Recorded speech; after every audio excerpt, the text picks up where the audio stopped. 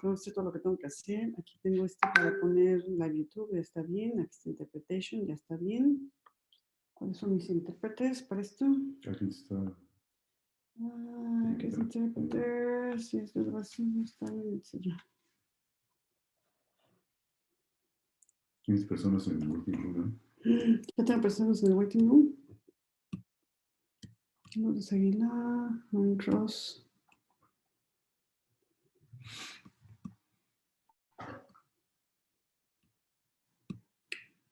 Hi, Maureen. Are you there?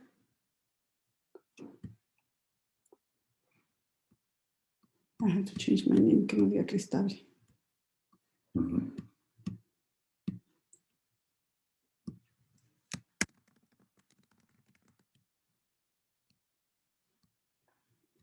Ok, lo que más tengo que hacer.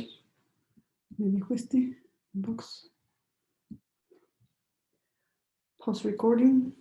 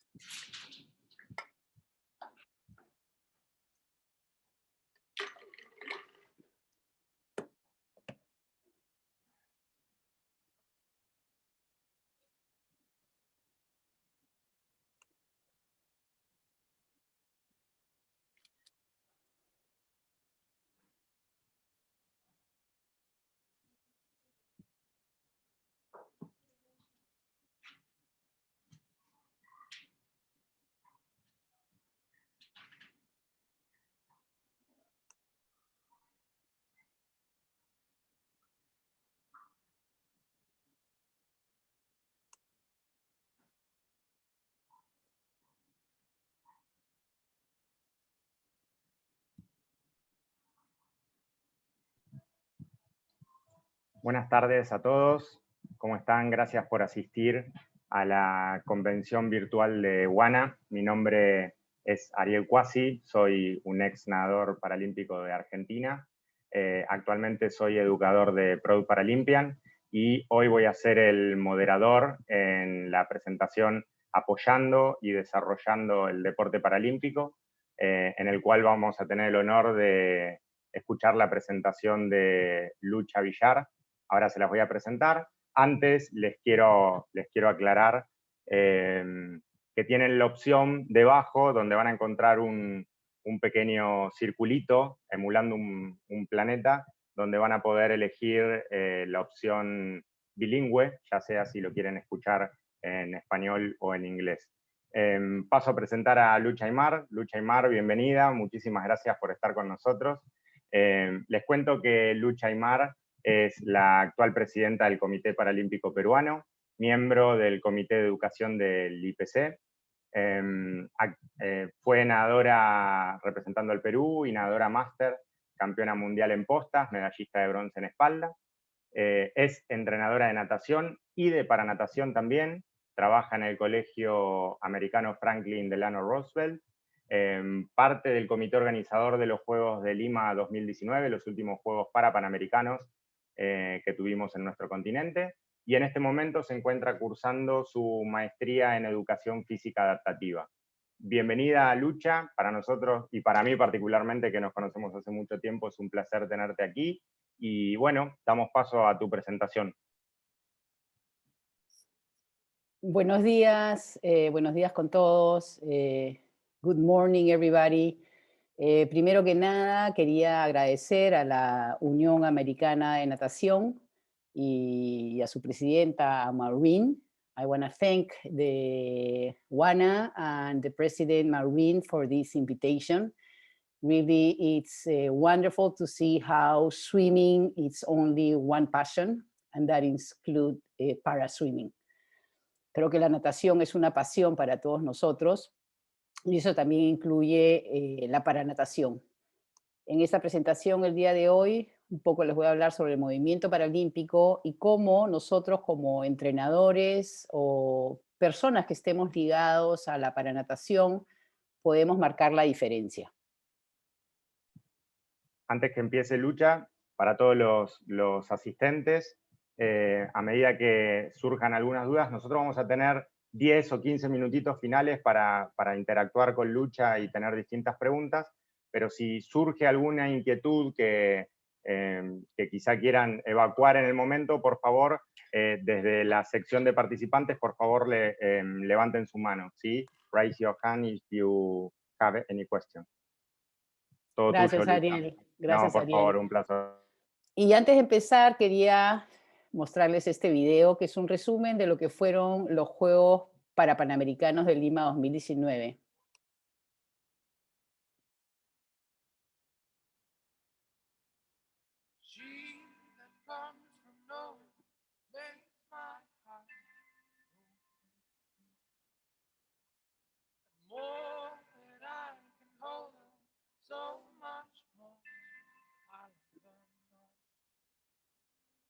I've been missing something. Where are you? If I have it all, why do I feel so small? I try to hold my team, but they scream too loud. If I have it all, why do I feel so small? I try to hold my team, but they scream too loud. She keeps me strong, she carries me on. Voices say she's wrong, she makes me fight what's in my mind. My voices keep me blind. I have it all. Why do I feel so small? I try to hold my team, but they scream too loud. Lima 2019 significó un antes y un después en el movimiento paralímpico de toda América. Y esto es gracias a inspirarnos a todos los atletas que participaron. Definitivamente el video dice más que 1000 palabras. Ay, perdón.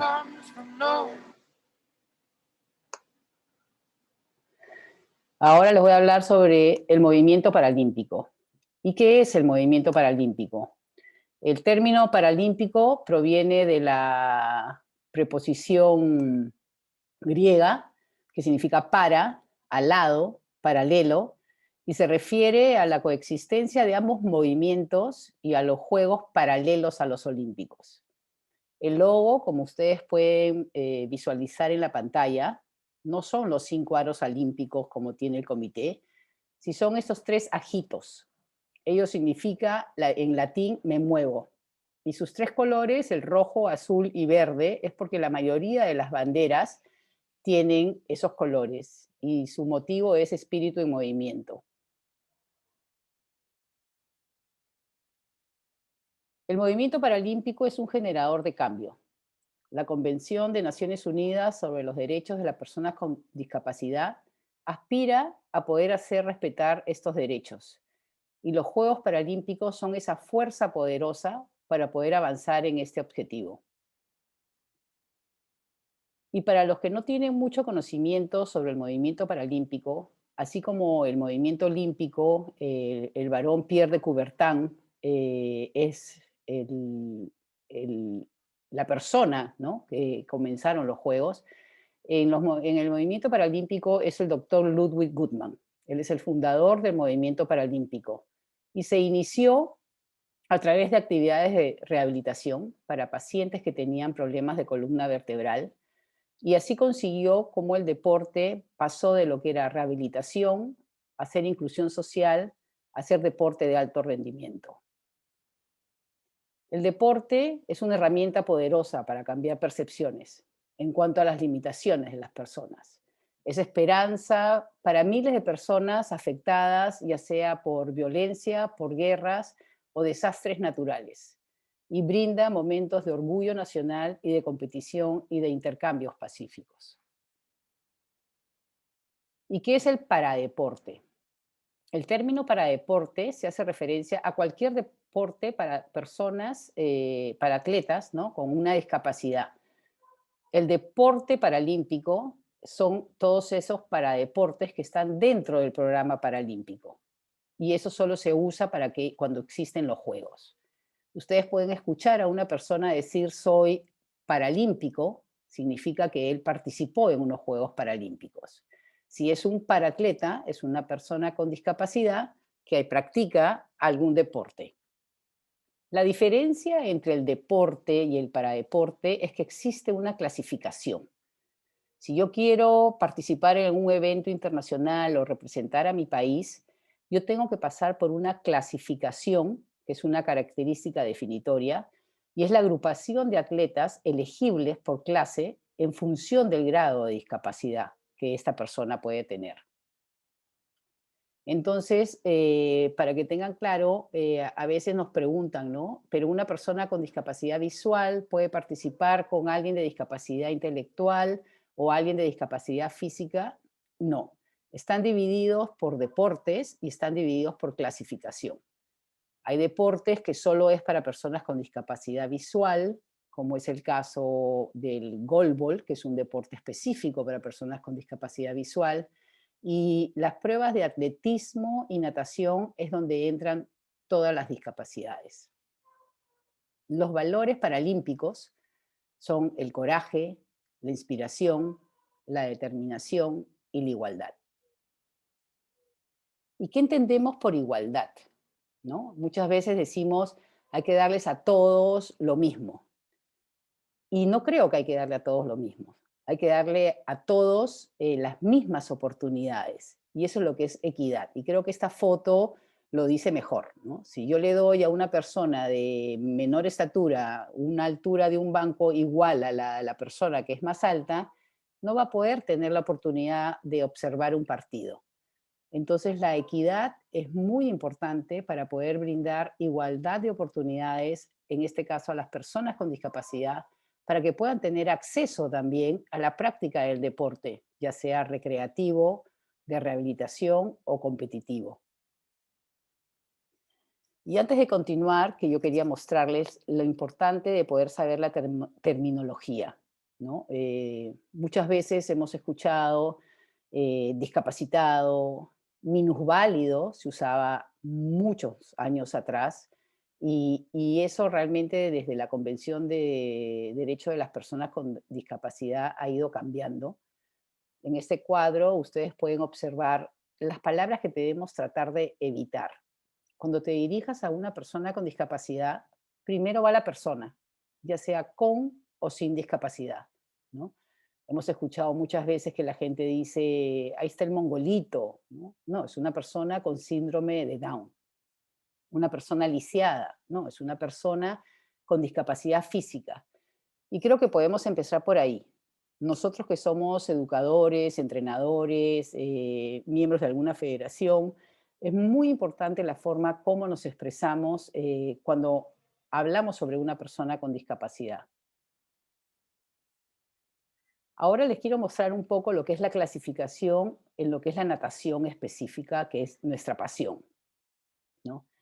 El sistema de clasificación, el IPC, es la sigla en inglés de International Paralympic Committee, determina que atletas son elegibles para competir en un deporte y cómo los atletas se agrupan en una competencia para tratar de hacerla lo más justa posible, ¿no? Por lo tanto, para que la clasificación minimice este impacto de la discapacidad en el rendimiento deportivo, esta es específica para cada deporte. Esto quiere decir que cada deporte tiene una clasificación específica. Y hay 3 pasos, ¿no? Ustedes pueden tener personas con discapacidad en sus centros deportivos o en los clubes, entonces es muy importante poder saber qué tipo de deporte puede hacer, y para esto ustedes pueden entrar a la página del Comité Paralímpico Internacional, donde tienen toda la documentación de lo que es la clasificación, cómo se distribuye y poder ayudar así a las personas con discapacidad, si quieren hacer algún deporte competitivo, a poder llegar a ellos.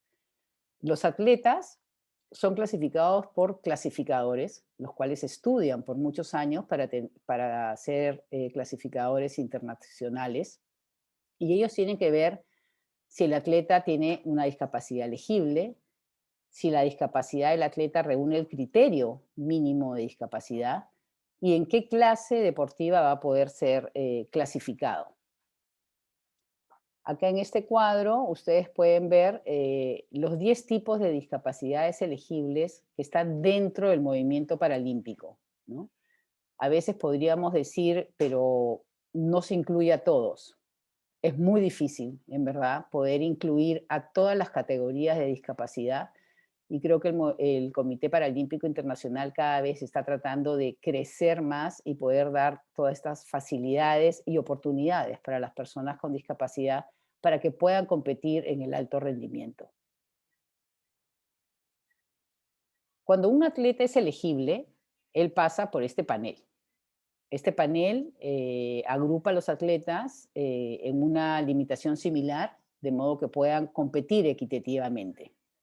Y también significa que esta clase deportiva no necesariamente está conformada por atletas con la misma discapacidad. Entonces, tú puedes ver en un evento de natación, de repente, alguien que tiene polio, con alguien que tiene alguna amputación, porque la clasificación ha pasado por una parte médica, donde le miden el rango de flexibilidad que tiene de movimiento, y también lo evalúan en la piscina, cómo se desempeña en los diferentes estilos. Y eso tiene una ficha que tiene un puntaje. Y eso es lo que hace que en natación tenemos las categorías de S1 a S14, ese significa swimming. Las clases funcionales en natación, y creo que estas fotos les van a demostrar mejor, la discapacidad física va desde S1, que es la más severa, hasta la S10, ¿no? Entonces, de acuerdo a la discapacidad del paratleta, es después de la clasificación donde lo ponen en una categoría. Y eso está en constante revisión. Cuando un atleta quiere participar internacionalmente, para darles un ejemplo, ¿no?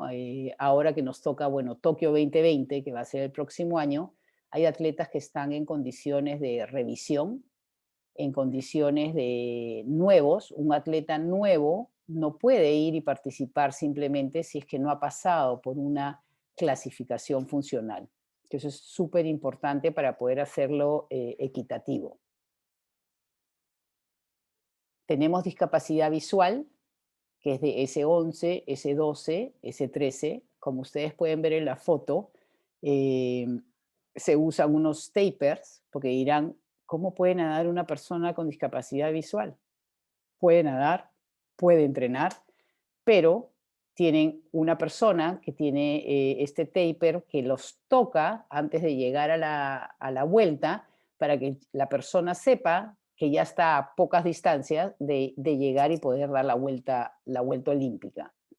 Ese 11 es discapacidad visual total, ese 12 es intermedia, y ese 13, que pueden ver un poquito más, pero todos los nadadores tienen que usar unos goggles totalmente cubiertos, donde no puede pasar la luz.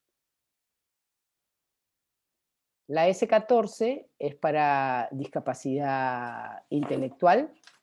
Ustedes dirán, ¿pero qué es lo que tienen? La discapacidad intelectual va a depender de su IQ, del coeficiente, que no puede pasar de 79, 80. Entonces, para eso tienen que hacer sus exámenes psicológicos y poder determinar si es elegible para participar.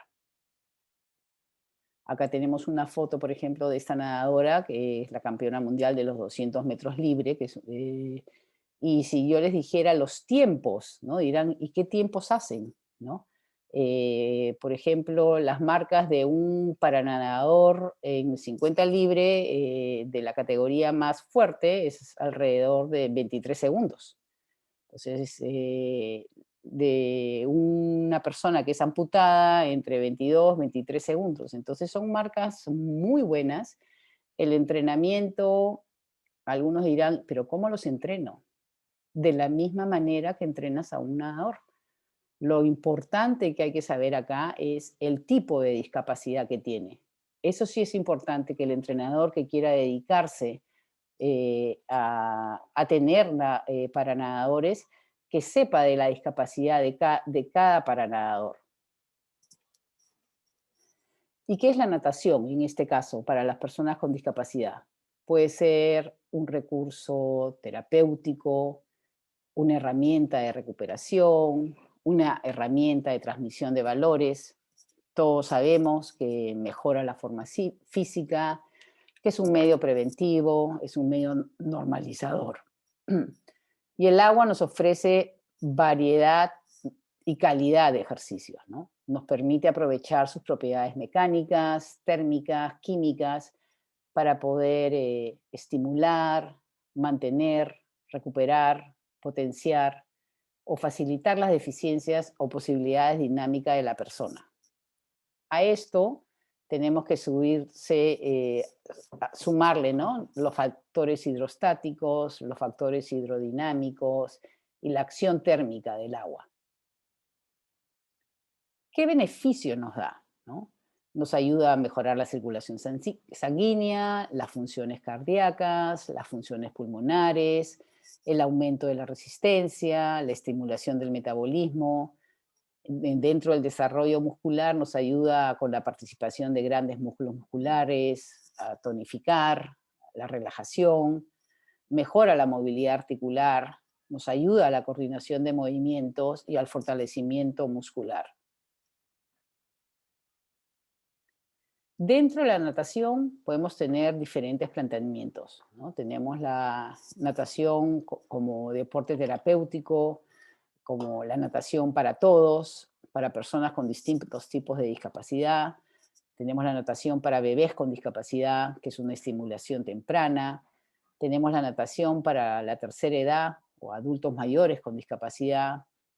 La natación en la escuela inclusiva o especial, como lo llaman en algunos sitios. Y de ahí tenemos la natación competitiva, que en este caso vendría a ser la paranatación, como ya hemos explicado el significado de la palabra para.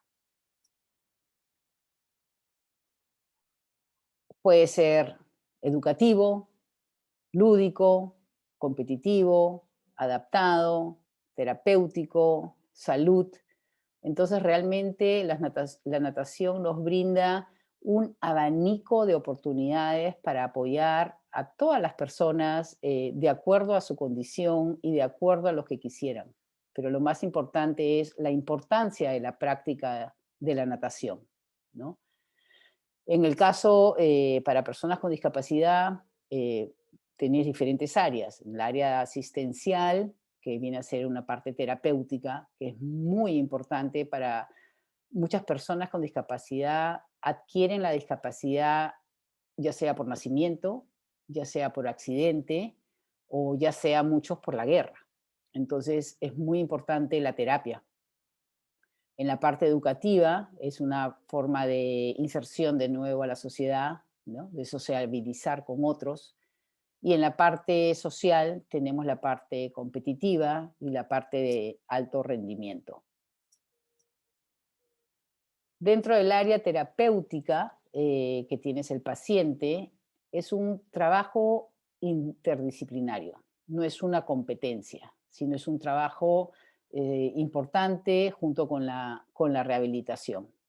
Y acá es donde es muy importante dentro del movimiento paralímpico poder mencionar la importancia que tienen los fisioterapeutas para el desarrollo del movimiento paralímpico y si quieren identificar talentos para los diferentes paradeportes.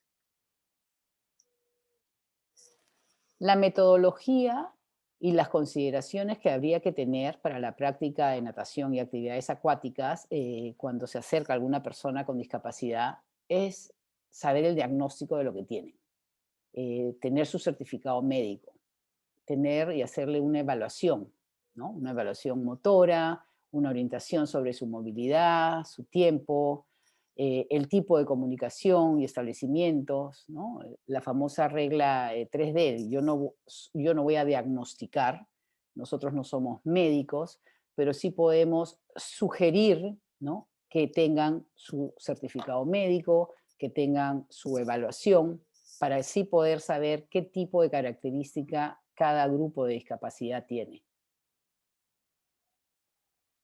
Los cuidados y consideraciones que habría que tener, ¿no?, son de acuerdo a las patologías. Dentro de las patologías motoras tenemos las congénitas o adquiridas, tenemos leves o graves, progresivas o degenerativas. Tenemos neurológicas, reumatológicas, ortopédicas, pérdida de la función motriz. Igual pasa con las visuales. Tenemos congénitas, tenemos tiempo de evolución, tipo, experiencias previas.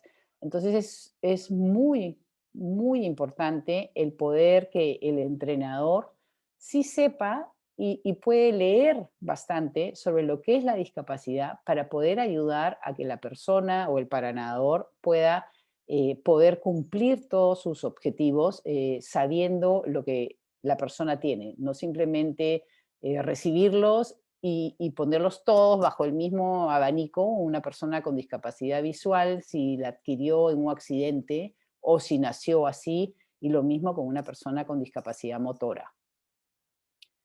Con los intelectuales pasa igual. Hay un coeficiente intelectual, hay una conducta de adaptación, hay, ¿no?, el test de TESAL, que es una información personal que te puede guiar, ¿no? Es importante la comunicación con los padres y saber con los padres saber qué es lo que el chico tiene, porque muchas veces la mayor dificultad para que una persona con discapacidad haga algún paradeporte es el temor que tienen los padres de poder llegar a algún centro porque no hay mucho conocimiento. Tienen temor de que no se los trate bien, que no se les dé las oportunidades. Y realmente yo les puedo decir, una vez que ustedes entran al movimiento paradeportivo, les va a encantar. Den esa oportunidad. No sé si algunos han tenido esta experiencia de que a veces les ha podido llegar a alguien con discapacidad y se ha dicho, no, no puedes porque tienes discapacidad. Entonces, siempre pónganse en el zapato del otro. Pónganse, ¿qué pasaría si ustedes estuvieran en una condición en silla de ruedas? La vida no para, la vida continúa, pero tengo que adaptar. Tengo que adaptar mi casa, tengo que adaptar mi auto, tengo que adaptar muchas cosas, ¿no? Igual pasa con los sordos. Ellos no entran dentro del movimiento paralímpico. Ellos tienen su propio movimiento y sus propias competencias, pero igual quería ponerlo. Que también hay diferentes categorías, ¿no?, de discapacidad. Para poder continuar, yo quería mencionarles un poco cuáles son los tipos de discapacidad. Tenemos la discapacidad visual, donde la B1 es una persona totalmente o casi ciega, no tiene la percepción de la luz o no reconoce una mano. El B2, que esa es la categoría que se le da, esto es, por ejemplo, para el fútbol. El fútbol se juega en los Juegos Paralímpicos, en los Juegos Parapanamericanos, solo para discapacidad visual, se le llama fútbol 5, donde usan un balón sonoro y se juega totalmente en silencio para poder escucharlo. Y solo hay los arqueros, son las únicas dos personas que sí pueden ver, que sí pueden ser deportistas, pero que no estén en la selección de su país. Entonces hay muchos jugadores de futsal, muchos arqueros de futsal que se pasan a ser arqueros de las selecciones de sus países de fútbol 5DB. Y el B3 parcialmente, vidente, agudeza, tiene que tener un campo visual de 5 a 20 grados, ¿no? Para esto, la persona con discapacidad visual sí tiene que hacerse un test de campo visual para poder determinar en qué categoría puede entrar a participar. La discapacidad intelectual, únicamente pueden participar los atletas con discapacidad intelectual cuyo diagnóstico ha sido antes de los 18 años. Dentro de la discapacidad física, bueno, tenemos varias, ¿no? La pérdida o ausencia total de extremidades, hipertonia, ataxia, atetotosis, talla baja, diferencia en la longitud de las piernas, restricción en la movilidad de las articulaciones. ¿cómo interactuamos con una persona que utiliza una silla de ruedas, ¿no? A veces mucha gente de repente no tiene esa experiencia de compartir, ya sea porque tiene un familiar o porque tiene amigos, y a veces no saben cómo tratarlos, tienen hasta temor de qué hablar o cómo hablar. Entonces, cuando tú hablas con una persona que utiliza una silla de ruedas y la conversación dura pues más de unos minutos, es súper importante que tú te pongas a la misma altura. A ti no te gustaría estar conversando con alguien y siempre con la cabeza hacia arriba, ¿no? Entonces simplemente te bajas un poquito para que la persona te pueda ver y no se siente incómoda de estar mirando hacia arriba por mucho tiempo. Eh, la persona que tiene una discapacidad física no tiene una discapacidad auditiva o intelectual. Entonces tienes que hablarles normal, un uso del lenguaje condescendiente, ¿no? La silla es su espacio. Entonces es súper importante que no le empujes, que no te apoyes con la silla o que no te cuelgues en su silla de alguna manera, ¿no? Es importante que no acaricies a una persona que usa una silla de ruedas, ya sea en la cabeza o en los hombros, porque a veces puede pensar que la estás subestimando, ¿no? Entonces simplemente compartir las mismas cortesías sociales que compartes con cualquier persona. Cuando vamos a hablar con una persona con discapacidad visual, es importante que te presentes y que te identifiques, ¿no? Por ejemplo, puedes decir, hola, soy Lucha Villar, a mi derecha está Ariel, ahorita estamos compartiendo un Zoom, hay tal cantidad de personas, vamos a hablar de esto, ¿no? Entonces, es importante darle a la persona instrucciones verbales sobre las cosas visuales que están sucediendo alrededor. También, si estás con la persona físicamente, puedes tocarle ligeramente en el hombro para atraer su atención, ¿no? Algunas personas usan un perro guía. Es muy importante no jugar o distraer al perro guía en este caso. Cuando te vas a retirar de una reunión que hay alguna persona con discapacidad visual, es súper importante que anuncies tu llegada y tu salida, ¿no? La persona con discapacidad visual, si tú no le avisas, va a estar totalmente desconcertada y va a ser muy desagradable, ya sea para él o ella, quedarse conversando solo. Cuando ofreces una guía a una persona con discapacidad visual, ¿no? Alguien que, por ejemplo, tú ves que quiera cruzar la calle, no hay que sostenerle a la persona por el brazo o por el bastón. Siempre es importante preguntarle, ¿no? ¿Necesitas ayuda? La persona puede ser que te diga sí y puede ser que te diga no. Entonces, normalmente tú le ofreces, puedes agarrarte de mi hombro o si quieres puedes agarrarte de mi codo. Entonces tú lo guías y a la hora que lo guíes le vas diciendo, ¿no? Ten cuidado, vamos a pasar acá hay un pequeño escalón y condúcelo paso a paso normal. Hay que advertirle, ¿no? Cuando hay un paso en la escalera, los obstáculos que pueden haber alrededor, y cuando quieras que se siente, ¿no? Hay que guiarla y colocarle la mano de la persona en el respaldo de la silla para que la persona misma pueda sentarse. Cuando tenemos alguna persona con discapacidad auditiva, simplemente hay que hablar de manera clara, no hay que elevar el tono, a menos que le sea solicitado. Siempre hay que hablar de frente con la persona, porque así la persona puede leer tus labios, ¿no? Puede ver lo que estás leyendo. Si por A, B o C no lo entendiste, no hay ningún problema que le vuelvas a preguntar y simplemente darle ese tiempo extra para que se pueda expresar. Una persona con discapacidad intelectual, hay que actuar con paciencia, hay que darle tiempo para expresarse y hay que actuar naturalmente. La persona te va a decir si necesita ayuda o no y simplemente disfruta la conversación. Dentro de la discapacidad intelectual también tienes diferentes rangos, tienes personas también con síndrome de Down, tienes personas cuyo IQ o coeficiente intelectual es más alto o más bajo, pero son personas que también les gusta, como a todos nosotros, poder interactuar con los demás. Entonces he tratado de resumir en este pequeño cuadrito, ¿no? Los usos incorrectos los usos correctos. Siempre va la persona.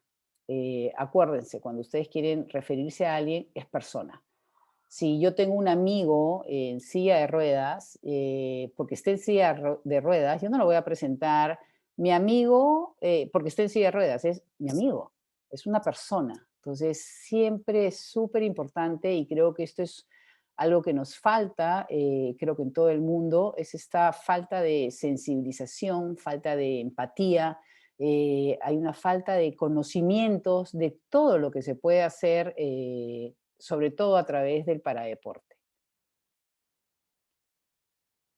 Yo no quería terminar sin mencionarles que en este caso, para mí, que soy la primera presidenta del Comité Paralímpico, siendo mujer, habiendo podido estar presente en las primeras charlas que ha dado la UANA sobre el liderazgo de la mujer, de las dificultades de ser mujer dentro de algún comité paralímpico, olímpico, federaciones, el honor que fue liderar la delegación y estar en el comité organizador sobre los Juegos de Lima 2019.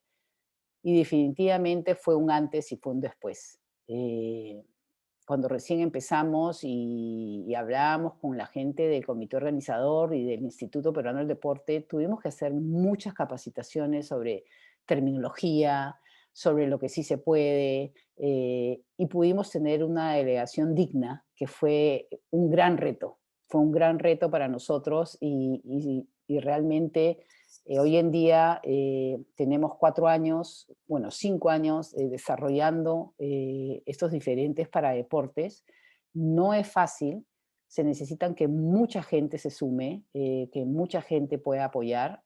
Ariel es un ejemplo en Argentina y tenemos muchos entrenadores que hoy en día, que antes estaban dentro de sus comités olímpicos, ahora están dentro de los comités paralímpicos y tenemos el caso en Brasil de los entrenadores, en Argentina mi amiga Marcela Belviso, que es entrenadora en el Club River, ¿no? Tenemos clubes hoy en día que también están apoyando por el paradeporte y que considero que eso es súper importante para que pueda seguirse desarrollando y dar muchas más oportunidades, ¿no?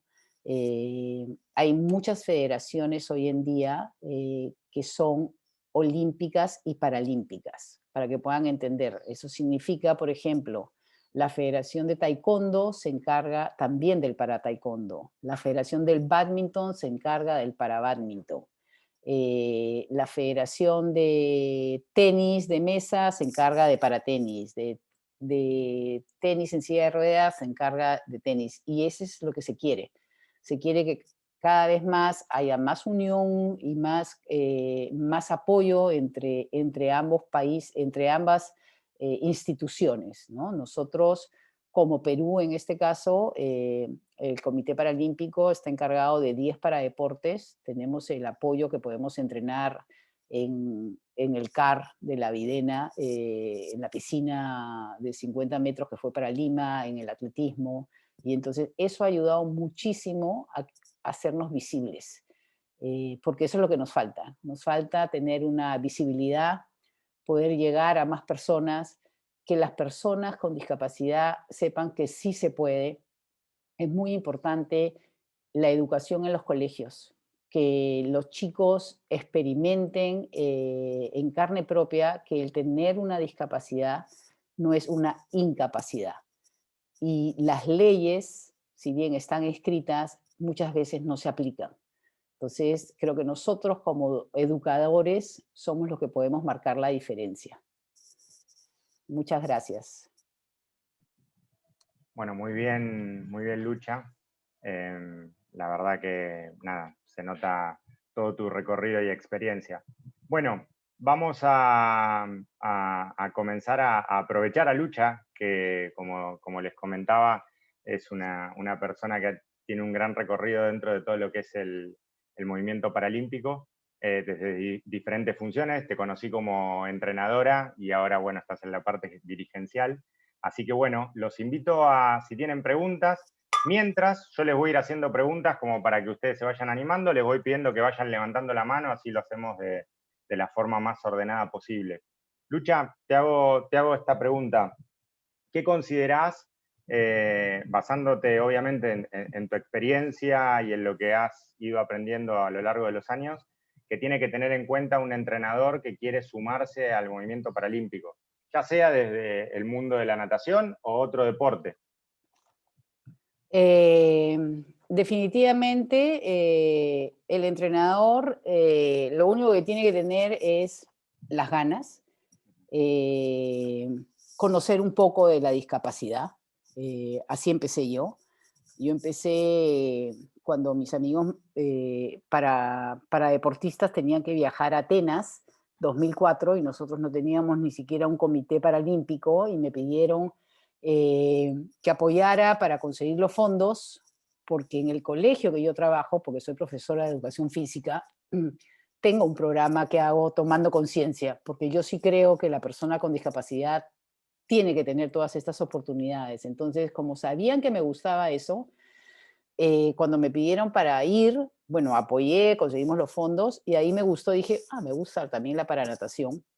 Y empecé a entrenar al primer paralímpico que ha tenido el Perú, la primera medalla, que es Pepe, pero él tenía polio, pero polio más fuerte en una pierna. Conseguimos clasificar para Atenas y para Beijing, pero tuve que decir, bueno, tengo que ver cómo le desarrollo más la fuerza en los brazos y que en las piernas le dé el balance, pero no tiene, en una pierna no la mueve, una sí. Y entonces él me decía, no, es que yo no muevo una pierna. Sí, pero la puedes mover. Entonces vamos a hacer ejercicios debajo del agua, ¿no? Entonces empiezas a leer. Creo que lo más importante es aprender sobre la discapacidad de la persona que te toca, del chico que te toca, para que no puedes darle el mismo ejercicio a una persona amputada de brazos por un accidente a una por enfermedad, porque tú no sabes si su articulación está sufriendo algún dolor cuando usa la paleta o no. Entonces, eso es lo primero que yo le recomendaría, que simplemente estudie y se interese de las particularidades de la discapacidad. Claro. Es muy importante también apoyarse tanto en el círculo más cercano a la persona que tiene la discapacidad y que quiere introducirse al movimiento, como directamente en la persona. También aprender mucho de... Nunca ninguna persona sabe más de la discapacidad que la propia persona que tiene la discapacidad. Entonces, ir generando un feedback constante desde ese punto. Sí, y acá los fisioterapeutas físicos dentro del movimiento paralímpico te pueden ayudar muchísimo, muchísimo, porque son los que saben, son los que han pasado. La persona con discapacidad ha pasado primero por una rehabilitación, supuestamente, y es ahí donde tú también puedes buscar tus talentos, ¿no? Porque el paradeportista no va a llegar donde ti, te va a tocar la puerta, va a decir, yo quiero entrenar para ir a unos Juegos Paralímpicos. Esa es la diferencia, lo tienes que buscar. Y las oportunidades que tienes para poder adquirir algún logro es mayor que la convencional. Entonces, es un mundo que está supuestamente virgen. Aprovechenlo. Aprovechenlo porque hay mucho que se puede hacer. Tal cual. Y también continuando un poco con esto último que decías, los distintos profesores o independientemente clubes que estén interesados en empezar a sumar actividades destinadas a deportistas con algún tipo de discapacidad, ¿qué deberían tener en cuenta? Desde lo edilicio, desde lo estructural, sumarlo, esta actividad a distintas actividades con personas sin discapacidad, hacerlo de modo diferencial. ¿Qué considerás que quizá deberían tener en cuenta o cómo deberían ir estructurándolo para que más cantidad de clubes e instituciones empiezan a ofrecer estos servicios? Bueno, lo primero que yo les preguntaría es, ¿el sitio donde trabajas es accesible? Si yo te doy una silla de ruedas y te digo que te pasees por el sitio, ¿vas a poder subir todos los lados? ¿Vas a poder entrar con facilidad al baño? ¿Tienes una ducha accesible? Porque, ¿qué pasa si te accidentas? Y en tu trabajo que no tienes ascensor, es lo primero que yo les daría, los invitaría a que se sienten en una silla y traten de estar 2 horas dentro de su casa. Los invito a que se tapen los ojos y traten de moverse en su casa por 1 hora, solamente para que sientan lo que la persona con discapacidad tiene que, aparte del día a día, y aún así quiere hacer deporte. Entonces es súper importante ponerse en los zapatos del otro. Ujú. Perfecto, perfecto, perfecto. Bueno, seguimos esperando preguntas de los participantes. Yo tengo igual un montón de preguntas para hacerte. Con respecto, en un momento lo fuiste tocando dentro de la presentación, el movimiento paralímpico y los Juegos Paralímpicos de forma concreta suelen confundirse con otros movimientos muchas veces, tanto desde la prensa, muchas veces cuando intenta comunicar información de lo que es nuestro movimiento en particular, como de la gente que muchas veces se acerca a preguntar pensando que va a participar de Juegos Paralímpicos y quizá le corresponden otro tipo de juegos. ¿Cuáles son esos movimientos con los que suelen confundirse? Sí, mucha gente se confunde Olimpiadas Especiales con el movimiento paralímpico. Olimpiadas Especiales nació en Estados Unidos y es un movimiento muy grande, pero Olimpiadas Especiales no es competencia de alto rendimiento. Olimpiadas Especiales tiene sus propios juegos, pero no está al nivel de competencia de alto rendimiento. Y así como tienes los Sordolimpiadas.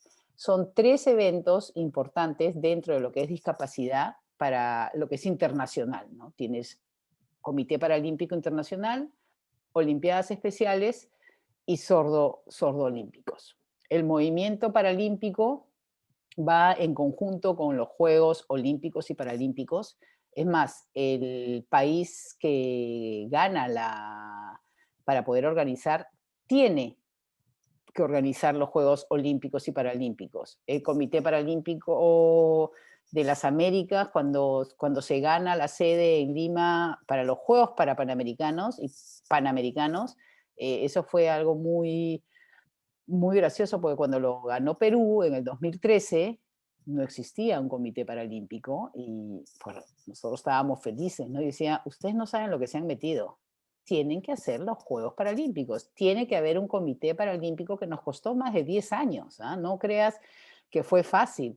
Y que la gente entienda que la persona con discapacidad tiene que tener las mismas oportunidades. Porque para nosotros, en este caso, teníamos 5 medallas paralímpicas, no, perdón, teníamos 8 medallas paralímpicas, más que olímpicas, pero sin embargo ellos estaban dentro del área de recreación. No había presupuesto porque no había un comité. Hoy en día hay una unión muy grande entre el Comité Olímpico y Comité Paralímpico, al punto que yo estoy en la comisión de Sports Active Society del Comité Olímpico Internacional, y hay muchos miembros del Comité Paralímpico que están dentro del Comité Olímpico porque al final es deporte y el deporte es unión y lo que se quiere es la oportunidad para todos, ¿no? Tal cual, sí, sí. Bueno, de hecho, esto que comentás tiene que ver mucho con lo que comentabas también, con una visión más del deportista. Está como recién en nuestra región, en Sudamérica más que nada, exceptuando a Brasil, que quizá tiene un avance bastante más marcado. Es un proceso que tiene muchos años, pero que todavía está a mitad de camino y que podemos seguir creciendo muchísimo más. ¿Qué visión tenés? Que seguramente lo habrás vivenciado, por lo menos nosotros acá en Argentina, en esta última etapa se vivió bastante más comúnmente el hecho de la convivencia entre lo que es lo que nosotros normalmente llamamos deporte convencional, que son los deportistas sin ninguna discapacidad, con el deporte paralímpico. En el último tiempo se ha sumado bastante esta situación. Así es, así es. Por ejemplo, en este caso la natación la gobierna el Comité Paralímpico Internacional. Por lo tanto, los comités paralímpicos de cada país lo hacen. En mi caso, lo vemos nosotros, pero tenemos un apoyo también con la Federación de Natación. Cuando, por ejemplo, se hacen los eventos Masters, nadan los chicos con discapacidad Y la idea es esa, ¿no? Denle la oportunidad, porque primero, el problema mayor es los escasos recursos económicos. Entonces, si se puede integrar un poco más esto, ¿no? Porque a futuro, eso es lo que se quiere, a futuro lo que se quiere y lo que quiere el Comité Paralímpico Internacional es simplemente ser el organizador de los Juegos, como es el Comité Olímpico, y no tener ningún deporte bajo su manga. Hoy en día todavía tienen 10, porque poco a poco las federaciones internacionales se han ido sumando. Hoy en día tienes 14 federaciones internacionales que son olímpicas y paralímpicas. La FINA aún no lo es, la Federación de Atletismo aún no lo es, que son las más grandes, pero ya hay una mayor unión, hay un mayor conocimiento y comunicación, ¿no? Porque al comienzo era como, no, tú no puedes venir, no, tú que vas a entrar, tú tienes discapacidad, ¿me entiendes? Te veían literalmente como un bicho raro, como creo por la falta de programas de sensibilización, ¿no? El hecho de que, por ejemplo, hoy en día me han invitado acá a la Unión Americana de Natación me parece espectacular porque puede abrir muchas mayores ventanas para muchas cosas más, ¿no? Perfecto. Volvemos un poquito a los nadadores. ¿Crees que hay alguna patología de estas que nombraste dentro de tu presentación con la cual es más fácil iniciar todo este proceso si uno recién se está empezando a incorporar al movimiento? Y si crees que hay alguna que tiene que tener un trabajo bastante más focalizado porque todavía no está tan desarrollado. Bueno, si bien hablé muy rápido, o sea, puedes hacer todo un curso de paranatación. Yo les invito a que le den like a nuestra página, que en este año vamos a hacer cursos de paranatación. La paranatación, como dijimos, es desde la S1 hasta la S14.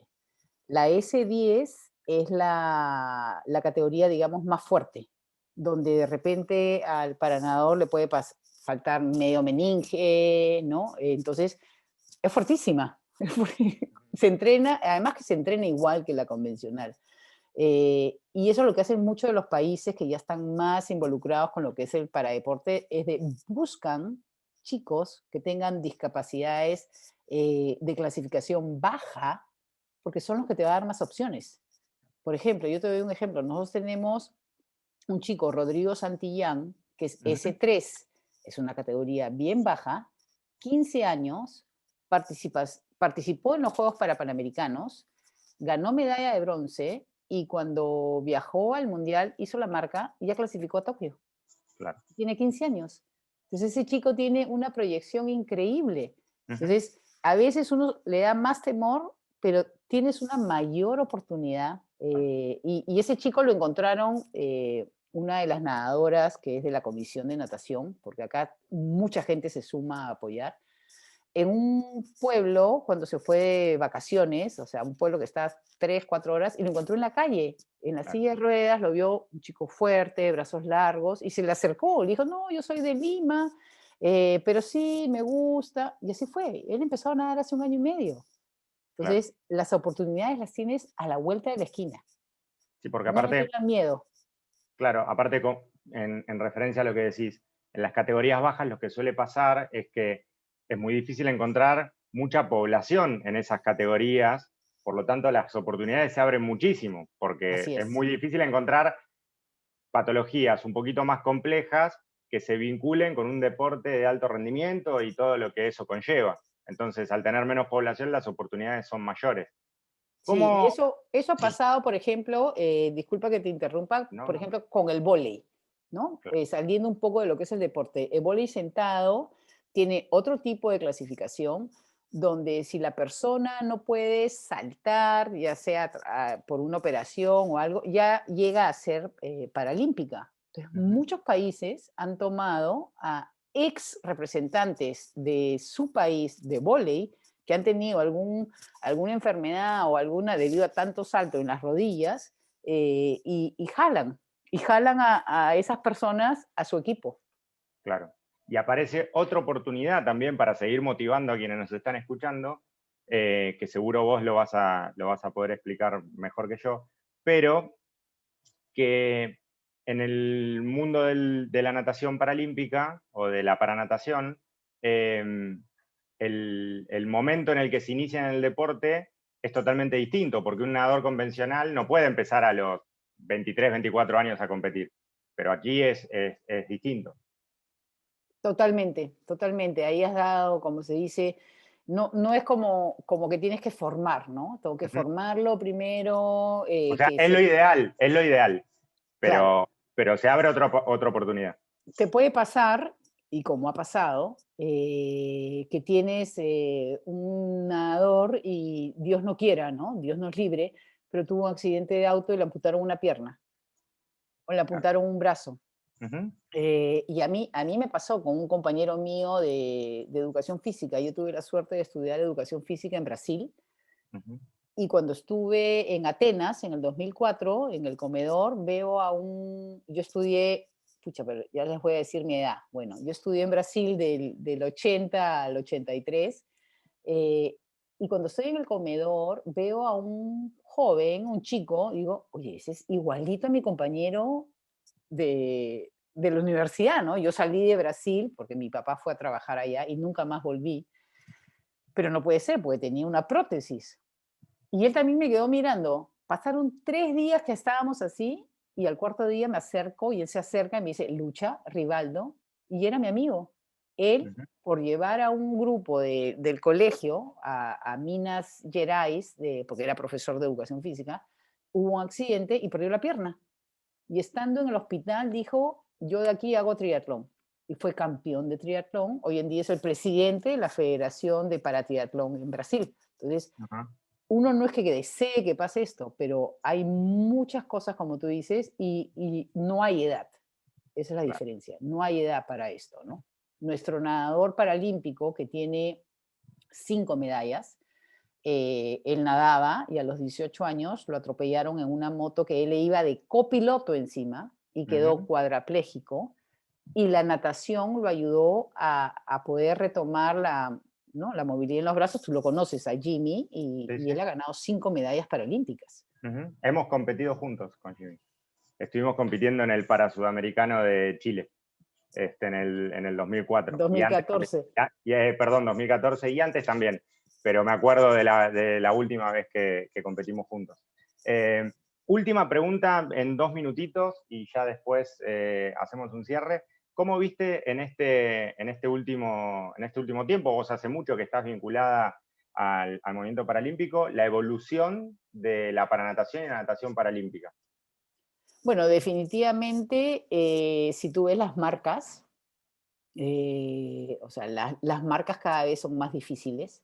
Ujú, Sobre todo las marcas de las categorías altas, ¿no? Yo lo veo comparado cuando fue en Atenas, evoluciona de la misma manera que evoluciona la natación. Se baten los récords de la misma manera que se baten los récords en natación y es totalmente competitiva. ujú. Yo invito a los que están acá presentes que entren al canal de YouTube de Paralympic Sports, donde puedes ver videos espectaculares de paranatación, para que vean lo que es, ¿no? Porque solo cuando lo ves es que realmente dices, wow, sí se puede, hay Tal cual. mucho que puedo hacer.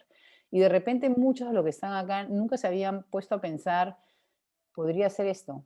Entonces, yo solo los invito a que evalúen, analicen y vean si es que pueden hacer esa diferencia. Ujú.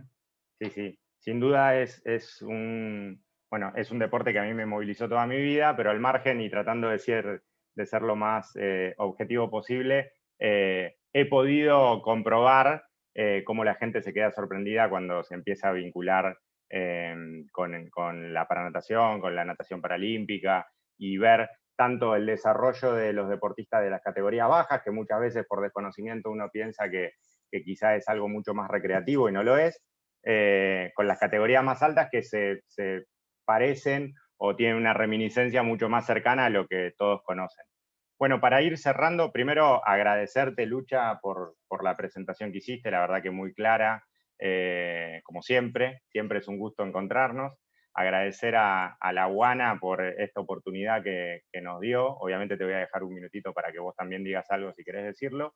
Y comentarle a todos los presentes que los que se hayan quedado con preguntas pueden enviar sus preguntas al email, a Convention, se los digo bien directamente, Convention en inglés, @wana_aquatics.com, ¿sí? Y que van a recibir en los próximos días una encuesta que por favor les pedimos si todos pueden contestarla, que nos sirve mucho a todos los de WANA para seguir generando este tipo de contenido. Muchísimas gracias, Lucha, por estar presente, y si querés despedirte te dejo el último minutito. Nada, muchísimas gracias a todos, gracias a la UANA, gracias a Maureen. La natación ha sido mi vida desde chiquita, y una vez que conoces la paranatación, ya no sales. Así es que a seguir adelante. Gracias mil. Muchísimas gracias para todos y que tengan buenas tardes y un gran 2021. Bye. Thank you, everyone. Bye, bye.